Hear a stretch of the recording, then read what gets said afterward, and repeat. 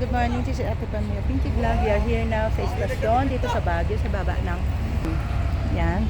So nandito po ang iba't ibang bus. May Solid North, may Genesis, may Parinas, may Partas, may wala dito ang Victory Liner yata, pero dumadaan din Victory Liner. Victory Liner dito sa kabila. So dun sa kabila.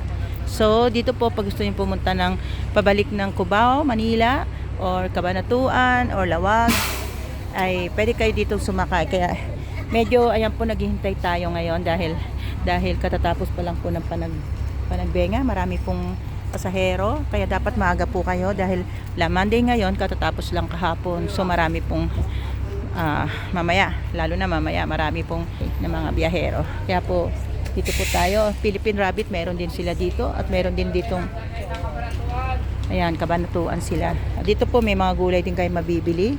Ayan, medyo mura-mura po dito kaysa sa Manila, kaya pwede na natin. Bumili po ako ng 3 supot, ayan na po. At meron din po mga souvenirs dito pag gusto nyo na souvenirs. Kaya lang pag dito kayo bibili, syempre medyo mahal na. Bili kayo sa may palengke or hindi dito.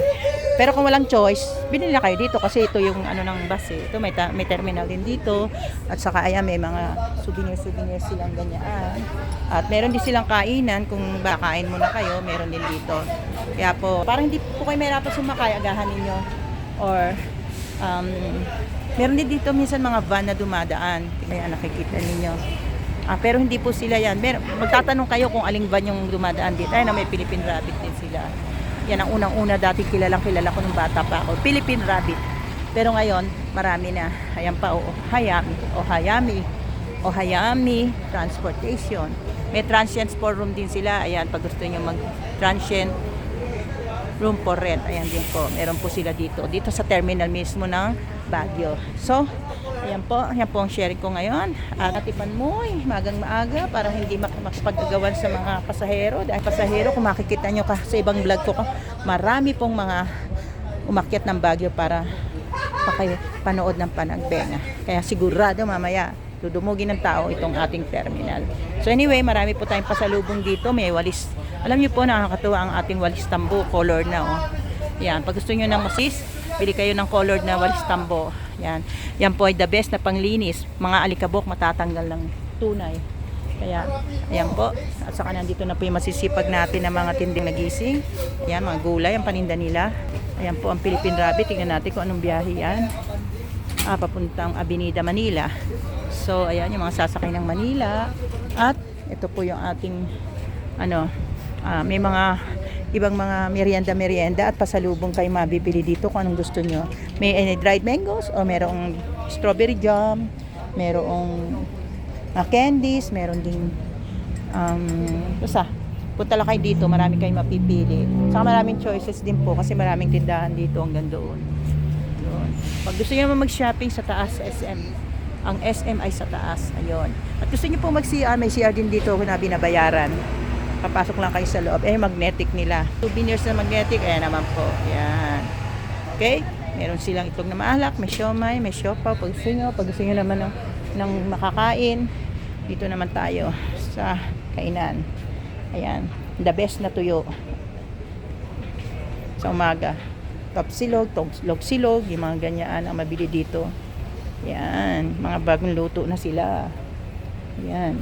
Pag gusto nyo naman tubig, ayan, may tubig din dito. So, doon kami sasakay sa Parinas. At, meron din silang Xerox dito, laminate, they scan kasi mga estudyante. Okay, so let's see. Ito pakikita ko po sa inyo, napakaganda no. Isa to sa mga float kahapon, flower float kahapon. Napakaganda talaga. Isa to sa nagustuhan ko kahapon at kasi maraming magagandang flower float kahapon eh. So, buti ito, at least na-preserve nila, oh. Kasi kahapon yung mga ibang flower float ay kinuha ng mga tao. Kaya, ito at least na-preserve nila hanggang ngayon ay nandito yan. O, yan. Libre yan. Ayan.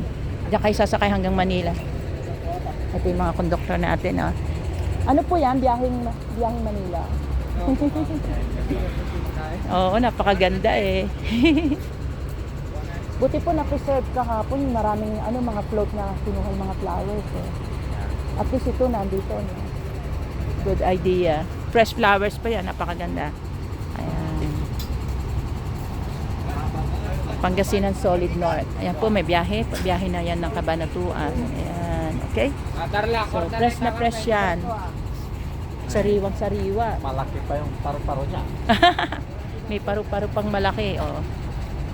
Kanya naman, si Kuya, nagustuhan pa yung paru-paro. Saka ma-enjoy na enjoy niya, press na press pa rin siya, oh. Amoyin nyo, sariwa po ito, hindi po yan, ano. Lahat po ng sariwa. Bango. Ang bango. Bango-bango. Ang bango ng bulaklak. Bango. Ito po pinakamabango kasi mabango talaga to eh. Yan po mabango sa taas ito. Pag bumuka yan, talagang mabango. Kaya, saka po ito matagal po itong maano. Ito po matagal po itong malanta. Saka yun, matagal malanta. Matagal yung malanta. Mas lalo na to, mas matagal to malanta. Yung paru-paro. Anyway, ayan, napakaganda po ng kanilang decorations at saka talagang pinaghandaan nila. Ayan, mga bumubukang yan, mabango pa yan, napakabango niyan. Ayan.